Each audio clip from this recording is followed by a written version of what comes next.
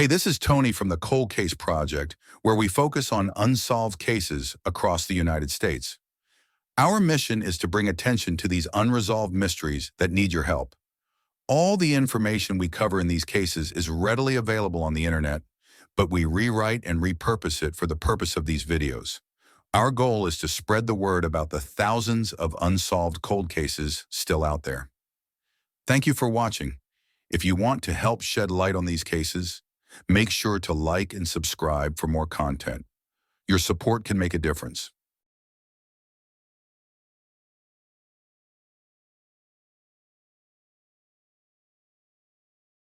On November 14, 1989, Jennifer Fay, a vivacious and social 16-year-old from Brockton, Massachusetts, vanished without a trace.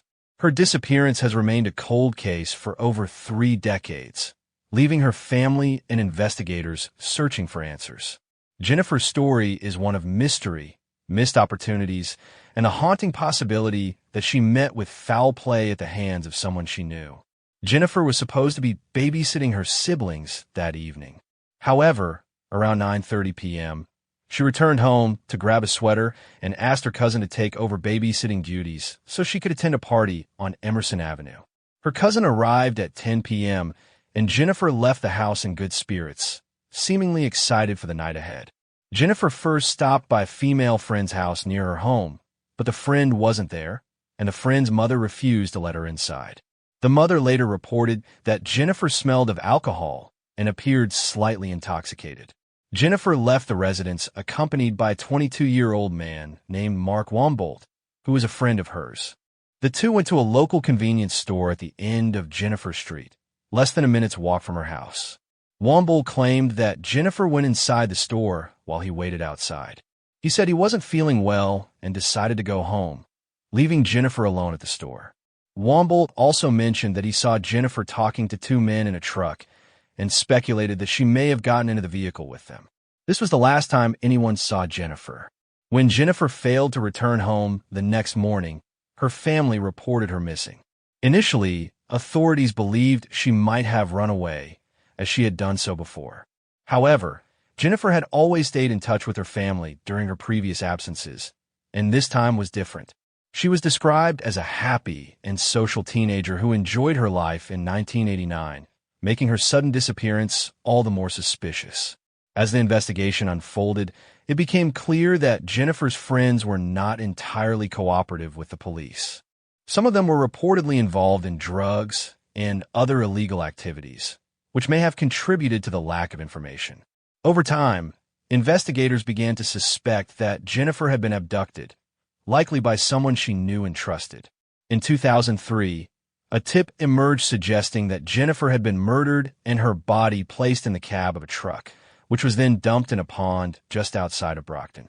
Authorities conducted a search of the pond, but found no evidence to support this claim. Despite the lack of physical evidence, the tip reignited interest in the case and raised questions about who might have been involved in Jennifer's disappearance. One person of interest is Kevin Wayne Mailer, a friend of Mark Wombold. Mailer was 22 years old at the time of Jennifer's disappearance and had a history of violence toward women and girls. After Jennifer vanished, Mailer allegedly bragged to people about having buried her body. Mailer's criminal record is extensive, and in September 2022, he was charged with kidnapping and murder in the 2019 death of Kevin Kyle Craig in South Carolina. At the time of his arrest, Mailer was already serving a 5-year sentence for a drug offense. Craig's death was initially considered accidental, but investigators now believe Mailer killed him to cover up their involvement in the disappearance of Pamela Faith Roach, who vanished in February 2019. While no one has been charged in connection with Roach's disappearance or Jennifer's, foul play is suspected in both cases. Renee Francis, an astrologer and researcher, has taken a unique approach to Jennifer's case by analyzing the planetary patterns at the time of her disappearance. Using astrological charts and maps, Francis has attempted to pinpoint potential locations where Jennifer's remains might be found. Her analysis is based on the idea that the positions of the planets at the time of a person's disappearance can provide clues about the direction and distance to their recovery. Francis created a detailed map of the Brockton area, overlaying the planetary patterns from the night Jennifer disappeared. She identified several key lines and points of interest that could correspond to locations where Jennifer might be found. These include bodies of water, golf courses, and areas near schools or sports fields. Francis also noted that Jennifer's chart suggests she may have been involved in a confrontation or overindulgence, possibly involving alcohol, which aligns with witness accounts from the night she vanished.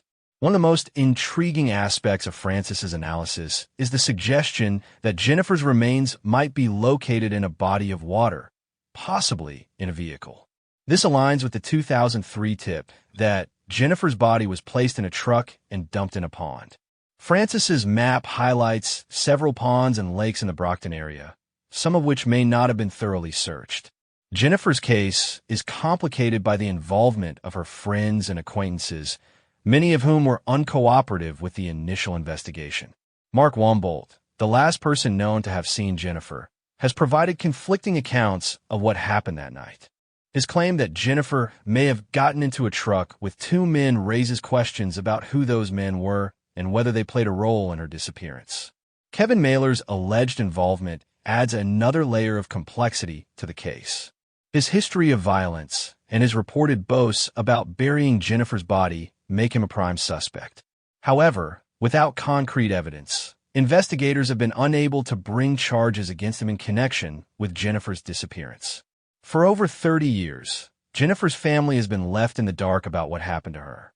Her parents have endured the pain of not knowing whether their daughter is alive or dead, and if she was the victim of foul play, who was responsible.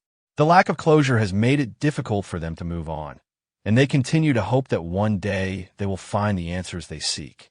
Jennifer Fay's disappearance remains one of Massachusetts' most perplexing cold cases. Despite numerous leads and investigations, her fate is still unknown. The involvement of individuals like Mark Wombold and Kevin Mailer, investigations and theories offer some hope that new clues may emerge. However, until concrete evidence is found, Jennifer's case will continue to haunt those who knew her and those who have worked tirelessly to solve the mystery of her disappearance.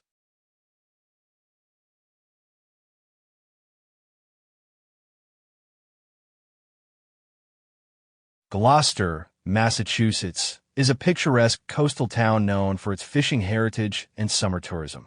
But behind the charming seaside scenery lies a mystery that has baffled authorities and residents alike. On February 2nd, 2020, Mary Abby Flynn vanished without a trace, leaving behind more questions than answers.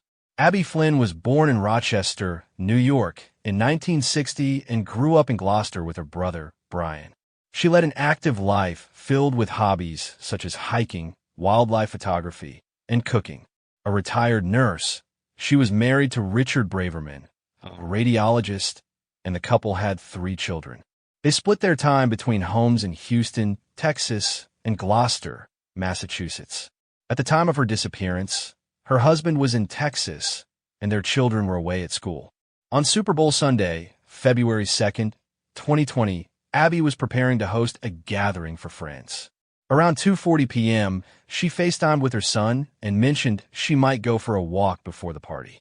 Between 4 o'clock and 4:30 p.m., she is believed to have left for a walk in her neighborhood near Brace Cove, an area she frequently explored.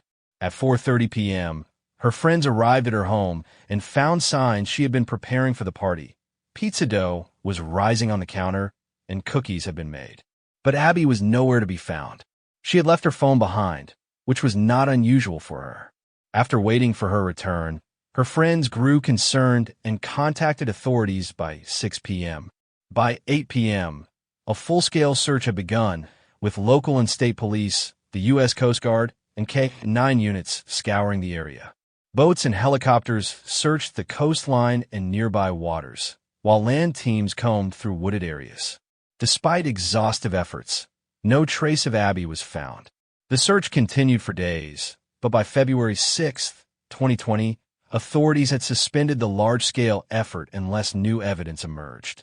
Authorities stated that no signs of foul play were found, nor any evidence of forced entry at her home. However, multiple theories have been proposed, Given that she was an experienced hiker, some believe Abby may have suffered a sudden medical episode or an accident, possibly falling into the water. However, searches of the area, including the use of sonar in Brace Cove, yielded no results. Some have speculated that Abby may have chosen to leave voluntarily, but her loved ones find this unlikely. There were no known marital or financial issues, and she had been eagerly preparing for a gathering that day. While authorities have found no evidence of crime, some observers believe she may have been abducted. The area she was walking in is remote, with wooded trails that could provide cover for a potential perpetrator. Some have drawn comparisons to other missing women from the region over the past 15 years, though police have not confirmed any connections. Several women have gone missing in the Gloucester area under suspicious or unexplained circumstances. While police have not linked these cases, the similarities are concerning. Michelle Harrison, a special education teacher who disappeared and was later found in her submerged car. Rita Hubbard, found floating off the coast of Gloucester. Susan Nielsen, missing off Rocky Neck and later discovered deceased under a pier. Teresa Cohen, originally from Boston, she was found in 2020 on Chatham Beach. Elizabeth, disappeared in May and was later found in a quarry in Rockport. Most of these cases involve middle-aged women who were alone when they disappeared, often during the winter months. More than 5 years later, Abby Flynn's case remains unsolved. Authorities continue to classify it as a missing persons case with no evidence of foul play. Her family, however, is still searching for answers. Anyone with information is encouraged to contact the Gloucester Police Department at 283-1212.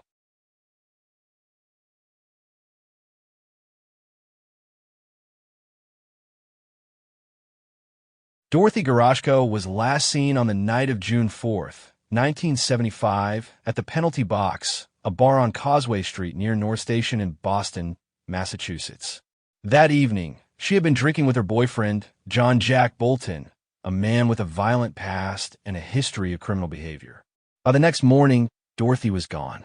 Her car, a gold and black 1970 Ford Maverick with Massachusetts license plate number 9K7755, was also missing. No trace of her has ever been found. At the time of her disappearance, Dorothy lived in the 50 block of Monastery Road in Brighton, Massachusetts.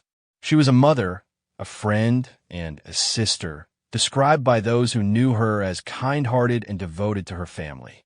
Yet her life had become entangled with Bolton, a man convicted of armed robbery and the manslaughter of a previous girlfriend's 2-year-old daughter. Her sons would later recall that he mistreated her, and police came to suspect that his version of the events leading up to Dorothy's disappearance did not match the evidence. Bolton told authorities that after drinking at the Penalty Box, he and Dorothy drove to Brighton, where an argument ensued. According to him, the fight led to the end of their relationship, and he decided to walk from Brighton to his family home in Roslindale. As he walked, he claimed Dorothy followed him in her car, yelling and attempting to hit him. To escape her, he said, he took a shortcut through the Arnold Arboretum in Jamaica Plain. That was the last time he insisted that he saw her. Investigators, however, were skeptical of Bolton's account. His criminal history, coupled with reports of his violent tendencies, raised suspicions. Though he was re-interviewed decades later, he maintained his innocence, claiming to have no knowledge of Dorothy's fate. When questioned by a news reporter in 2019, he again repeated the story of Dorothy chasing him with her car, but then changed a key detail, saying that wasn't the night she vanished, only the last time he saw her. Dorothy's family never believed she disappeared voluntarily. Her mother passed away in 1992, and her sister in 2008, both listing Dorothy as predeceased in their obituaries. Her sons have never stopped seeking answers, convinced that something terrible happened that night in 1975. Decades later, Dorothy's case remains open, a haunting mystery that lingers over the streets of Boston. The unanswered questions still remain. Where did Dorothy go that night? What became of her car? Did she fall victim to foul play? Or was there another explanation buried in the shadows of the past? Until the truth emerges, the case of Dorothy Garko remains one of Boston's most enduring unsolved mysteries.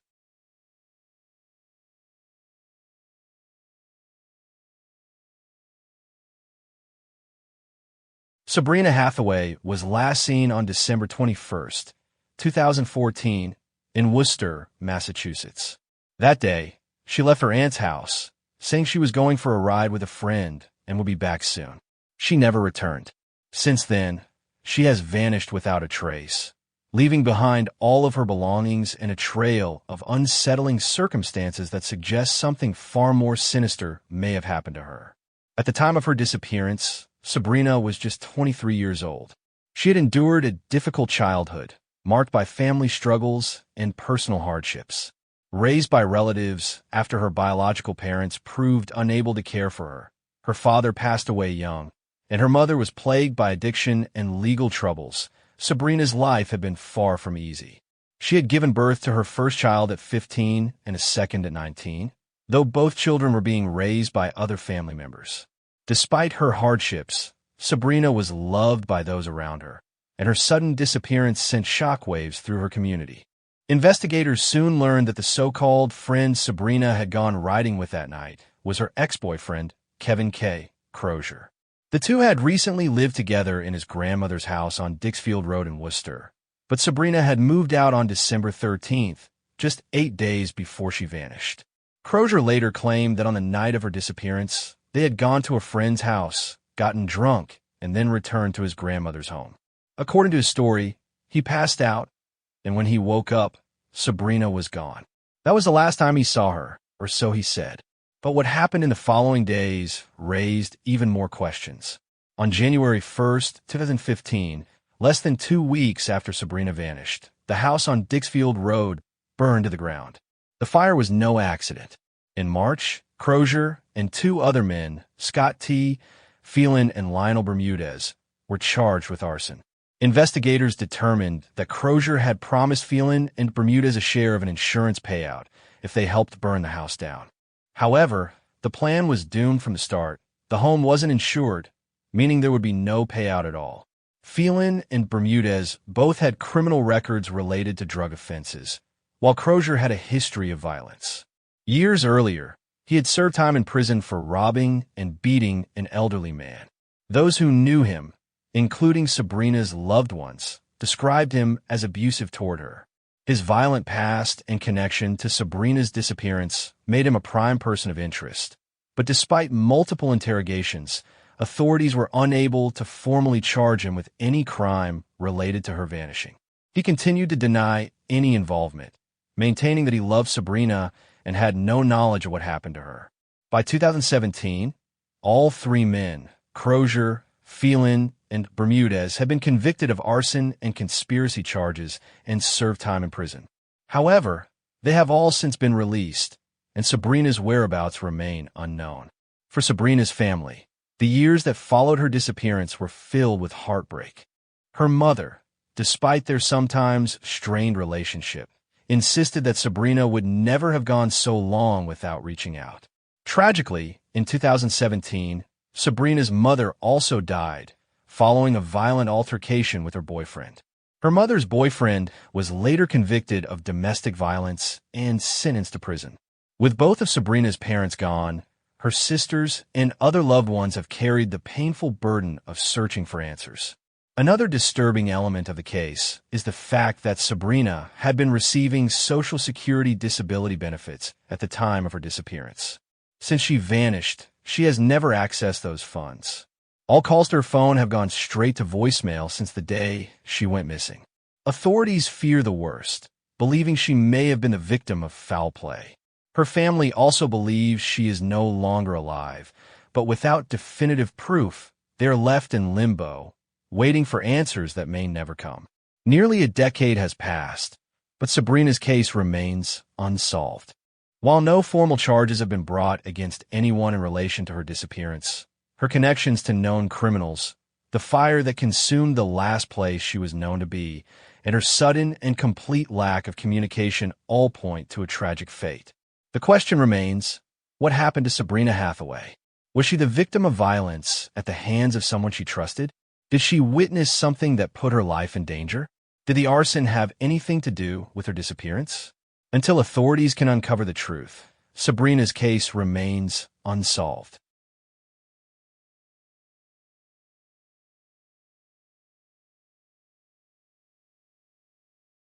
On January 26, 1980, Dr. Margaret Kilcoin, a respected cardiologist and researcher at Columbia University, vanished from her secluded vacation home in Nantucket, Massachusetts.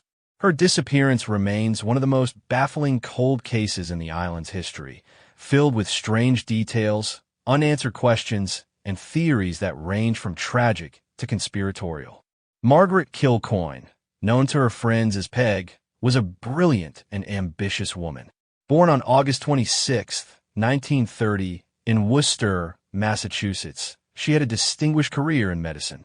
She was the first woman admitted to the University of Vermont's prestigious medical program and later became a leading authority on hypertension.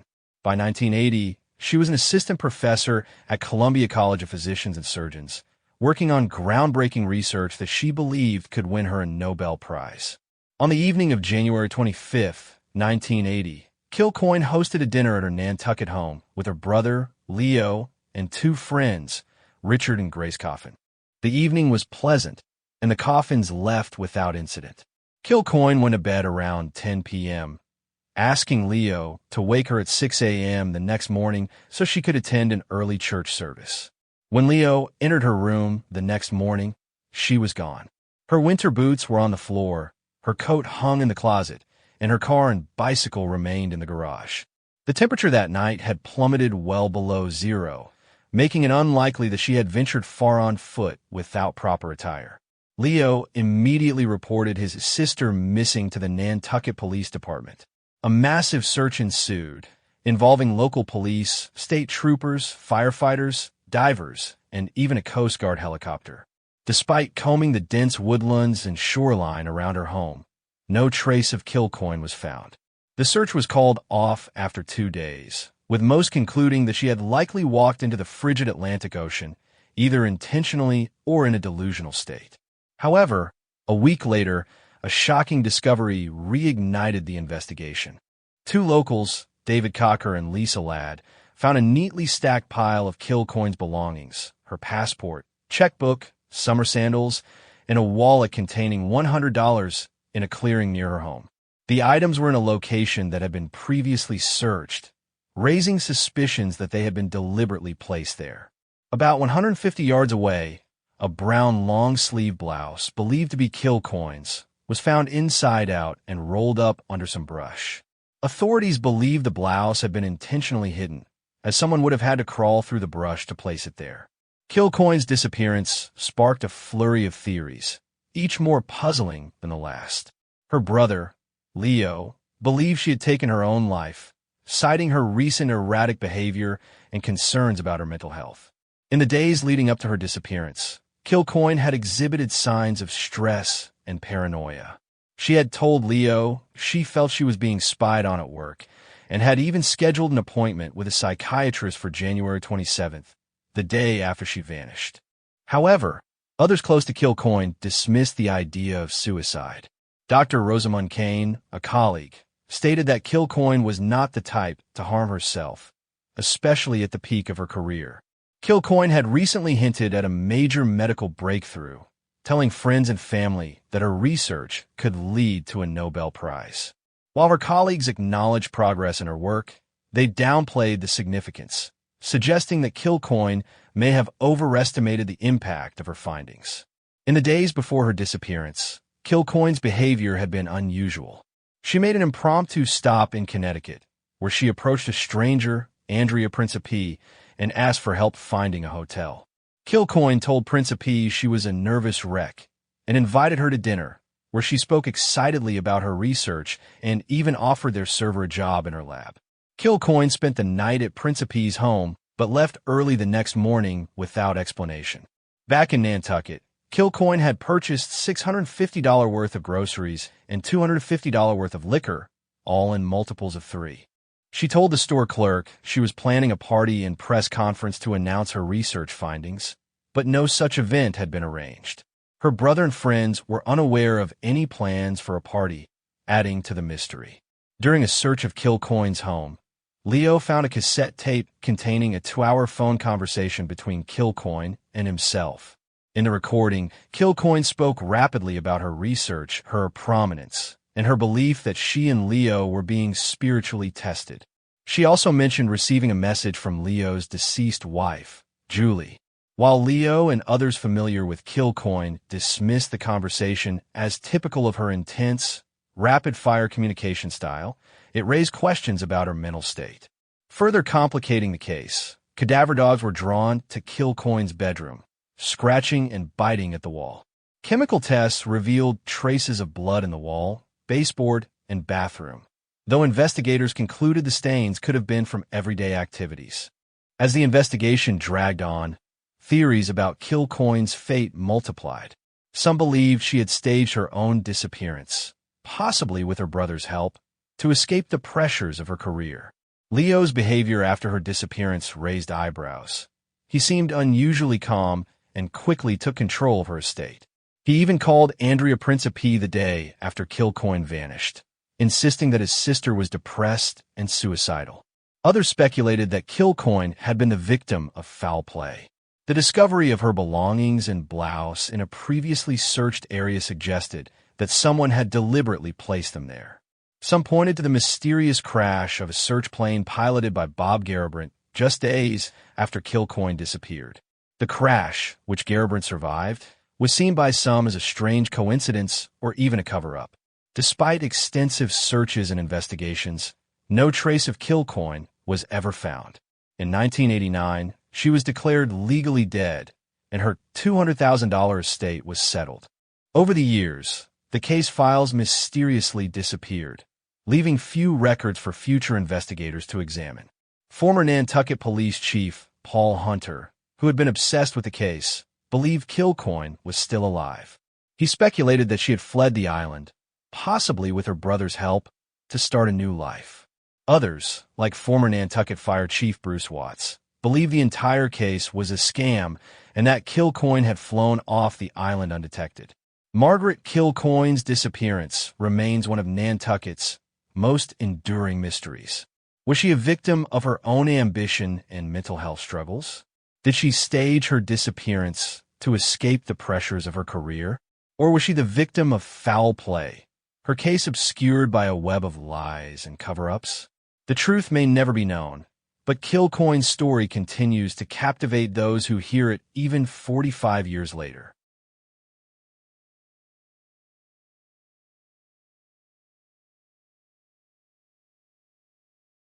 In the winter of 1974, 24-year-old Vicki Lamberton disappeared from Worcester, Massachusetts, leaving behind a life full of unanswered questions.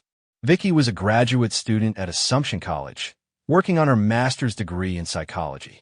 Her life appeared to be in a state of transition, as she had recently separated from her husband, Professor Lowell Lamberton, and was navigating a complex personal life that may have included an affair with her psychology professor, Dr. Roger Barker.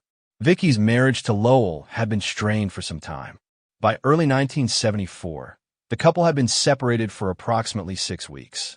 During this period, Vicki moved out of the residence she had shared with Lowell and one of her brothers, taking most of her belongings to a garage owned by Dr. Barker, her professor at Assumption College. The two seemed to have a close connection, and Vicki even traveled with Barker to New York City to apply for a doctoral program in psychology at Columbia University just weeks before her disappearance. On the evening of her disappearance, Vicki called her husband to discuss their separation. They discussed the possibility of reconciliation, and Vicki told Lowell that she was planning to visit Maine for the weekend with a girlfriend. However, Vicki was never heard from again after that phone call. When Lowell became concerned, he reached out to Vicki's friends, and the girlfriend she supposedly planned to visit in Maine denied any knowledge of such a trip. Lowell then turned to Dr. Barker for answers, but Barker claimed that he had no idea where Vicki was. Staff members at Assumption College told Lowell that Barker had been away in Vail, Colorado, on a skiing trip at the time of Vicki's disappearance. Although Barker's wife had returned to Massachusetts, Barker allegedly stayed in Colorado longer than expected due to a hospitalization for pneumonia. This raised suspicion, as it coincided with the time of Vicki's disappearance. Lowell continued to investigate, and in March 1974, he visited Barker's home to ask him about Vicki. Barker confirmed that he had been storing some of Vicki's belongings in his garage, but denied any further knowledge of her whereabouts. Barker even suggested that Vicki had likely moved on and was seeing someone else. Vicki's family retrieved her belongings from Dr. Barker's garage in 1975, more than a year after she vanished. Despite the fact that her disappearance had never been officially reported, the pieces of her life in Barker's garage painted a disturbing picture. Though some of Vicki's family members initially believed she had chosen to leave and start over with another man, there were too many unanswered questions for this theory to hold up.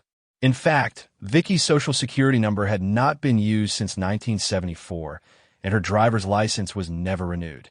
Over the years, Vicki's disappearance remained a mystery, and the authorities didn't receive a missing persons report until 2010, 36 years later.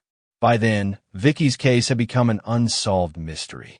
There were several possible clues suggesting that Vicki may have been involved with Dr. Barker romantically, a theory that was further substantiated by Vicki and Barker being seen together at a local mall just before her disappearance.